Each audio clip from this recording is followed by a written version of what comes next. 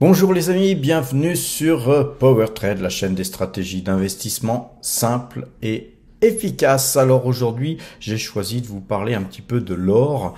Ça faisait pas mal de temps que je vous en ai pas parlé, mais que je vous avais dit néanmoins que je m'intéressais de plus en plus aux mines, toutes les mines en général, mais surtout les mines d'or.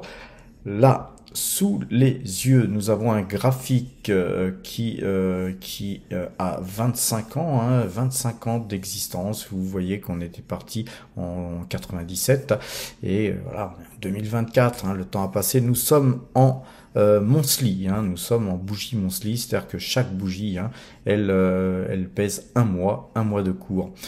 Ce qu'on observe, si on a tendance à dézoomer, ce qu'on observe, c'est de voir que ce canal là qu'on voit ici en jaune, eh bien, c'est pour moi la tendance de l'or que nous avions depuis environ 2019-2020. L'or avait pas mal monté en 2019-2020 et donc ensuite là on a posé et puis on est reparti. Alors si on observe tous les points ici, tous les points bas qu'il y a eu ici, les points bas qu'il y a ici et ces points importants, en fait voilà, c'est là pour moi c'est la tendance du prix de l'or. Tout ce qui est au-dessus là, ici, c'était des excès à la hausse. Tout ce qui est donc en dessous de ce canal jaune, c'est pour moi des excès à la baisse. Et puis ensuite, voilà, on essaye de récupérer un petit peu le terrain puisqu'on avait beaucoup de retard. Et ça, c'est tout à fait personnel à ma façon de voir les prix de l'or. Les amis, n'allez pas croire que tout le monde travaille comme moi. Ce que j'observe aussi, c'est, et là, c'est de l'analyse graphique vraiment pure et dure, que tout le monde peut observer, là c'est factuel, sur ce point haut ici et ce point haut ici, si on trace un trend que vous avez en orange, eh bien on voit que lors du précédent mouvement de hausse, on voit qu'on n'a pas pu casser ce trend, donc on est revenu prendre de la force, on est reparti encore de plus belle sur ce trend qu'on n'a même pas pu atteindre, on est reparti prendre de la force, on l'a touché ce trend et puis on n'a pas pu le casser, on a végété un petit peu et puis là dernièrement depuis le mois d'avril, depuis le 1er avril, on voit que, même mars, je dirais, mars-avril, on voit qu'on a une hausse sur les prix de l'or et qu'on a cassé ce trend. Ce trend étant cassé, eh bien, comme vous avez pu suivre sur la chaîne PowerTrade, nous avons acheté des mines d'or. On a acheté plusieurs mines d'or et aujourd'hui, eh bien, il nous reste Barrick Gold sur laquelle nous n'avions pas extrait de performance. D'ailleurs, c'était une mine qui avait sous-performé par rapport aux autres mines sur lesquelles nous avons déjà extrait de la performance. Alors, vous voyez que là maintenant on est en train d'aller coller sur ce canal jaune là que je vous ai tracé. Et voilà, moi ce que je pense, et c'est uniquement ce que je pense les amis, c'est que les cours de l'or vont aller sucer ce canal, voire réintégrer ce canal. On va se retrouver dans la zone que je considère comme prix normal, prix normalisé du prix de l'or. Pour plusieurs raisons, allez voir mes anciennes vidéos, je vous ai expliqué de multiples fois pourquoi l'or était en hausse et pourquoi, tout simplement, la première raison, c'est que de multiples pays comme la Russie, eh bien, vu qu'elles ont peur de se faire voler leurs avoirs, eh bien elles conservent de l'or dans leur caisse, puisqu'elles n'ont plus confiance dans les marchés financiers. Il y a d'autres raisons qui sont les endettements massifs des pays zone euro ou zone US qui font que effectivement la monnaie ne vaut peut-être pas ce qu'elle vaut. Les crypto-monnaies, c'est quelque chose de bien pour pouvoir diversifier ses actifs, mais l'or reste encore le meilleur moyen de pouvoir échanger, on va dire discrètement ces actifs. Peut-être que c'est beaucoup plus difficile de transporter de l'or que des crypto-monnaies.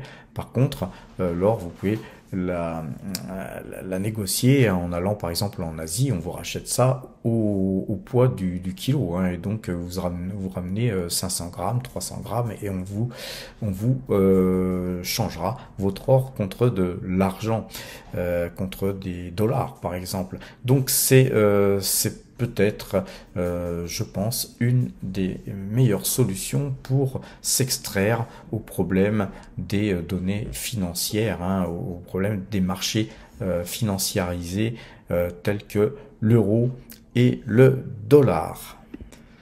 À présent, nous sommes en daily, c'est-à-dire que chaque bougie forme une journée de cours. On s'aperçoit qu'en daily, on a un triple bottom. On a un bottom ici et encore un bottom ici. Triple bottom, on peut considérer ça aussi comme un gros double bottom. Un bottom ici, un petit top ici et un bottom. Voilà, donc appelez ça comme vous voulez, double ou triple bottom. En tout cas, la ligne de coup devra être franchie pour...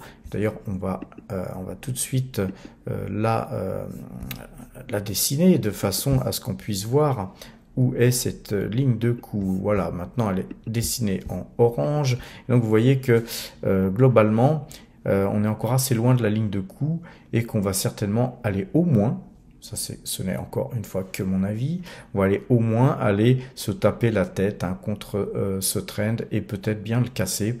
Et puis recasser ce deuxième trend jaune qui est, rappelez-vous, le canal monthly sur lequel, je pense, on devrait pouvoir réintégrer d'ici quelques temps. Alors d'ici quelques temps, ça peut être 2 semaines, 1 mois, 6 mois. J'ai pas de timing prédéterminé, mais en tout cas, la force des choses, je pense que les cours devront réintégrer ce canal. L'avenir nous dira si j'ai raison.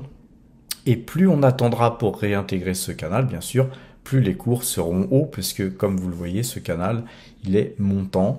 Et donc on a une figure montante qui fait que, voilà, si on avait un double bottom et que la ligne de coup était cassée, on réintégrait très vite, bien sûr, puisque la figure nous amènerait sur les 2650 en gros, et que globalement, c'est quelque chose qui n'est pas irrationnel que de dire ça.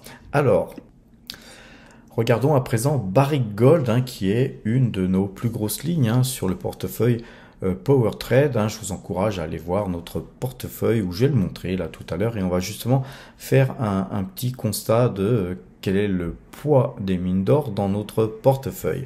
Et globalement, on voit que depuis le mois d'avril, début avril, nous avons fait feu de tout bois sur Barrick Gold, mais on avait fait aussi feu sur Agnico Eagle Mines et sur Aura Minerals, sur lesquels nous avons déjà extrait de la performance. Alors vous voyez que nous sommes là bien acheteurs de cette valeur, et que si on fait un petit dézoom, eh bien on voit qu'on a une sorte de tasse et anse ici. Ce sera une tasse à double anse, on peut appeler ça encore une fois comme vous voulez. Et par contre ici on a ce trend violet qui est cassé. Alors qu'est-ce que c'est que ce trend violet? On va dézoomer là un peu plus, et même beaucoup plus, de façon à vous montrer qu'est-ce que c'est que ce petit triangle.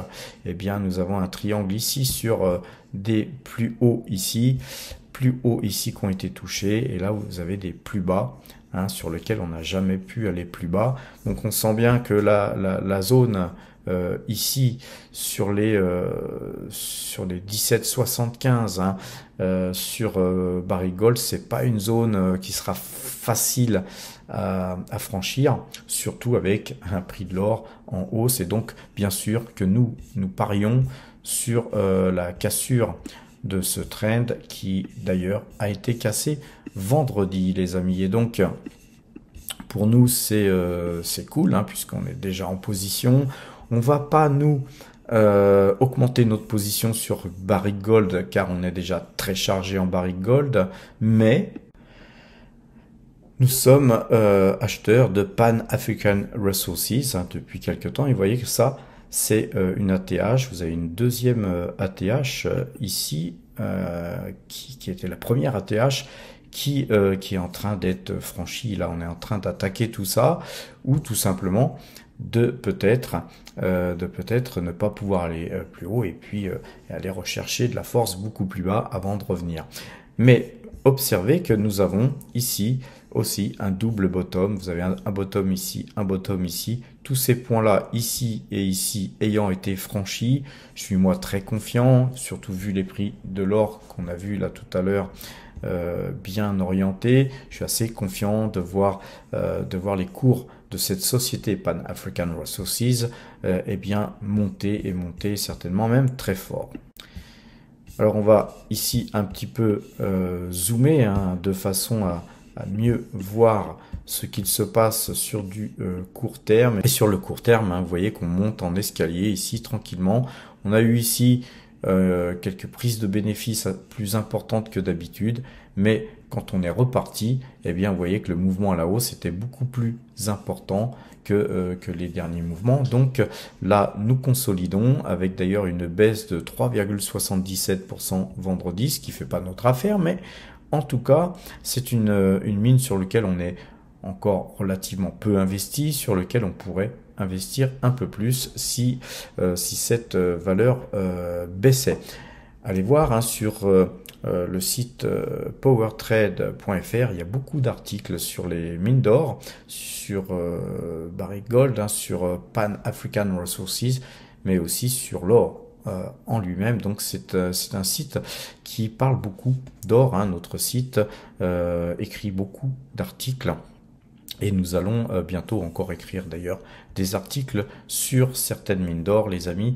Nous allons de plus en plus nous axer sur cet investissement qui est les mines d'or.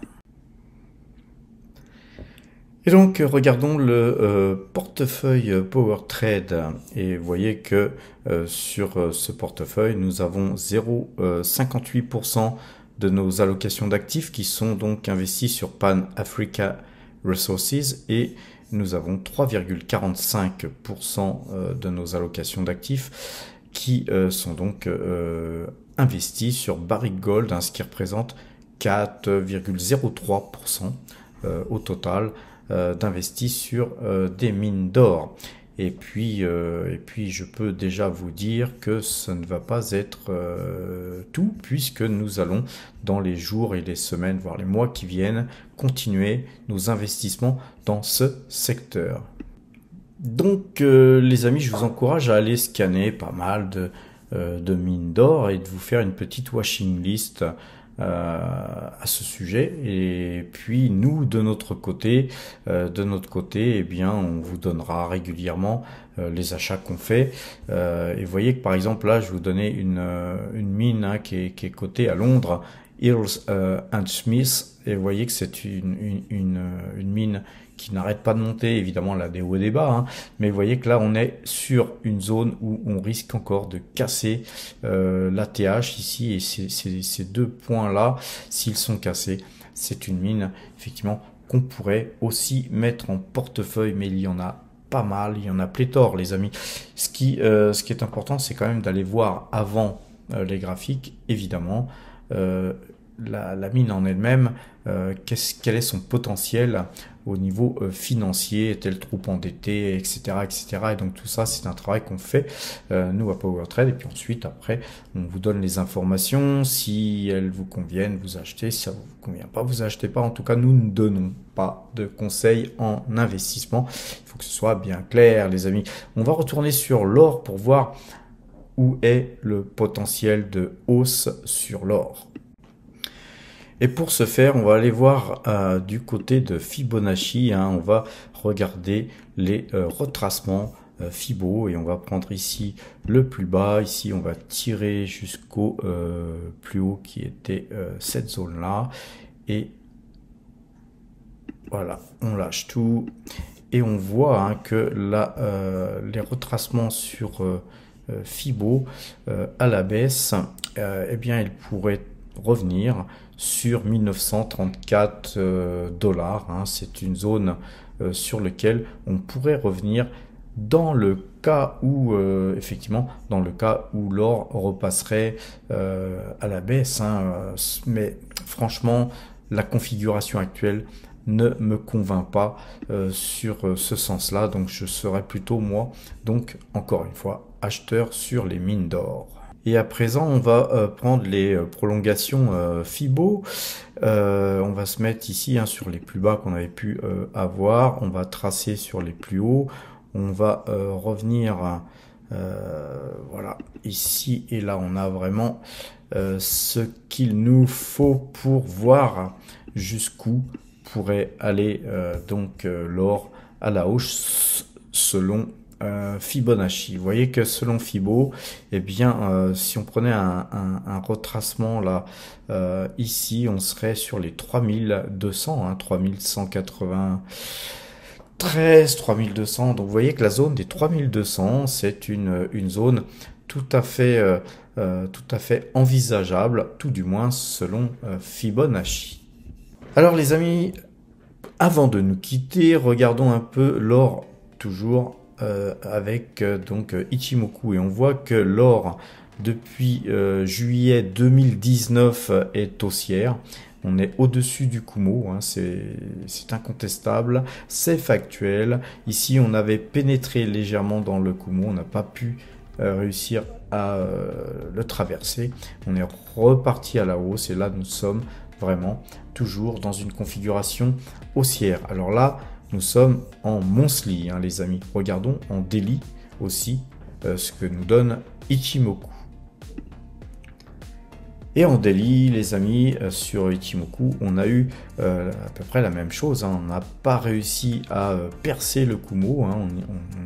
On y est rentré, mais on n'a pas traversé.